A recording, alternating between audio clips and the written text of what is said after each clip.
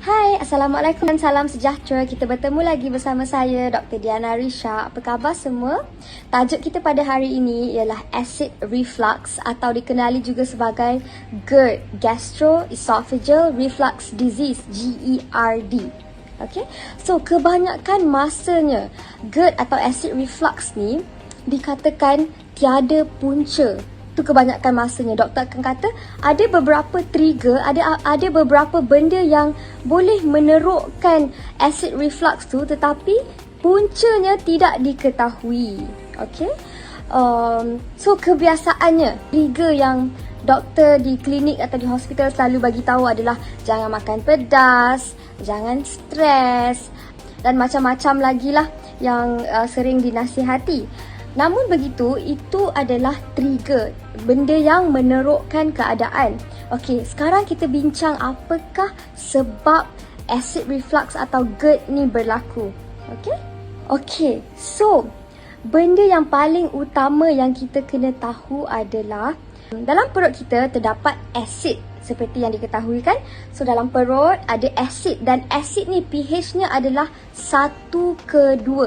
Itu adalah fiziologi badan kita sendiri yang normal, yang semula jadi.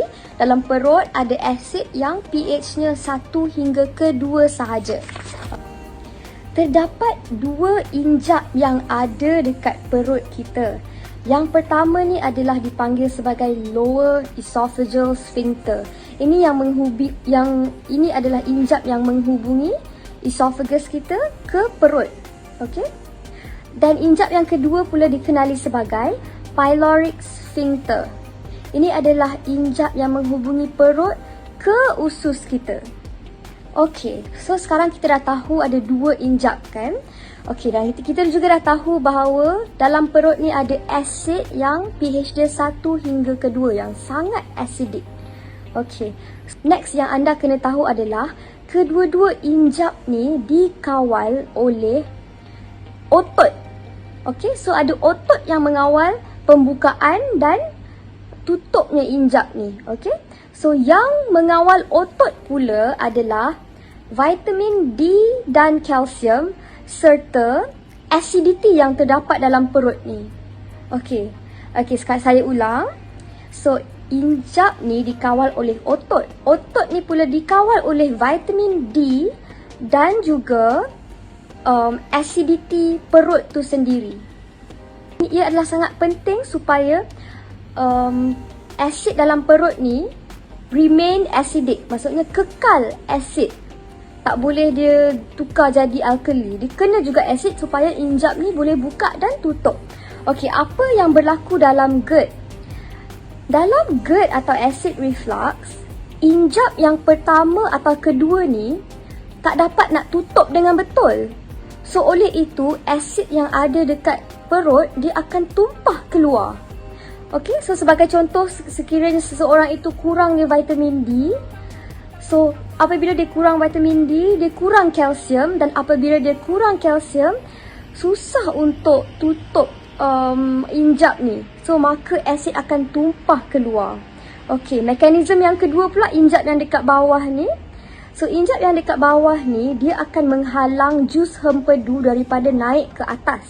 So apabila injap yang dekat bawah ni pula yang longgar, yang tak dapat nak tutup, so jus hempedu ni naik ke atas sampailah ke esophagus. So dia melimpah keluar dan dia akan membuatkan rasa kesakitan tu juga. Sebab itulah timbulnya masalah seperti pedih ulu hati, simptom gejala-gejala GERD yang lain, kembung. Selain itu, apabila asid kurang dalam perut, dia akan menyebabkan injap tu susah untuk tutup. So dia akan longgar dan dia biar terbuka, dan oleh itu akan melimpah juga keluar. So pentingnya vitamin D, kalsium dan juga acidity dalam perut. Okey?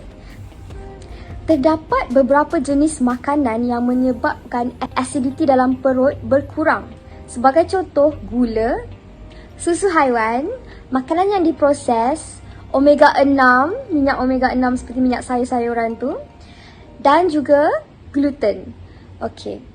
So ini adalah makanan yang perlu dielakkan untuk pesakit GERD dan acid reflux. Kalau nak senang ingat, ikut DND diet. Okay, DND diet dah terangkan apa makanan yang perlu dielakkan semua. So, ikut sajalah DND diet. Okay. Ada juga setengah ubat hospital seperti PPI, proton pump inhibitor, yang boleh mengurangkan asid dalam perut. Okay, bila kita fikir balik, tadi faktor acid reflux atau GERD ni berlaku adalah kekurangan asid. So, kita punya solution, kita punya langkah untuk membetulkan keadaan adalah untuk menambah asid, bukan untuk mengurangkan asid. Okay. Okay, ubat di hospital, fungsi dia adalah untuk mengurangkan asid seperti proton pump inhibitor, ubat PPI. Okay. Untuk jangka masa yang panjang, ianya akan membuatkan HCl atau hydrochloric acid dalam perut kita berkurang. Dan apabila HCl berkurang, macam-macam masalah berlaku kerana ia tidak dapat mencerna dan menghadam makanan dengan baik dan nutrition juga tidak dapat diserap. Okay? So, itu kesan sampingan pada dalam jangka masa yang panjang nanti. Sekarang kita dah tahu antara faktor yang menyebabkan kelonggaran injap tersebut adalah kurangnya vitamin D, kalsium dan juga acidity dalam perut. So, untuk kita mengekalkan acidity dalam perut, kita boleh amalkan apple cider vinegar. Okay, untuk pesakit yang selalu sangat mengalami pedih ulu hati, acid reflux atau GERD ni, bolehlah amalkan apple cider vinegar untuk mengekalkan asid yang ada dekat dalam perut. Itu yang pertama. Yang kedua, boleh ambil suplemen vitamin D3K2. Dengan cukupnya vitamin D3, maka asid yang dalam perut tu takkan melimpah keluar. Okay? Kerana vitamin D membuat kalsium dan kalsium mengawal otot tersebut. Okey, seterusnya, stres haruslah dikawal. Kerana sekiranya stres berlarutan, terlalu tertekan hari-hari, dia akan menerukkan simptom acid reflux dan GERD. Okey, lagi satu langkah yang boleh dibuat adalah dengan berpuasa. Berpuasa tidak akan menerukkan simptom GERD atau acid reflux. Itu adalah dongeng semata-mata. Berpuasa adalah sangat sihat untuk badan kita, terutamanya untuk masalah GERD dan acid reflux ni. Boleh amalkan berpuasa. Macam mana berpuasa ni membantu dalam masalah GERD dan acid reflux? Berpuasa akan memberi masa perut dan usus kita untuk relax sekejap supaya dia pulih, supaya dia akan ada masa untuk menjalani proses pemulihan.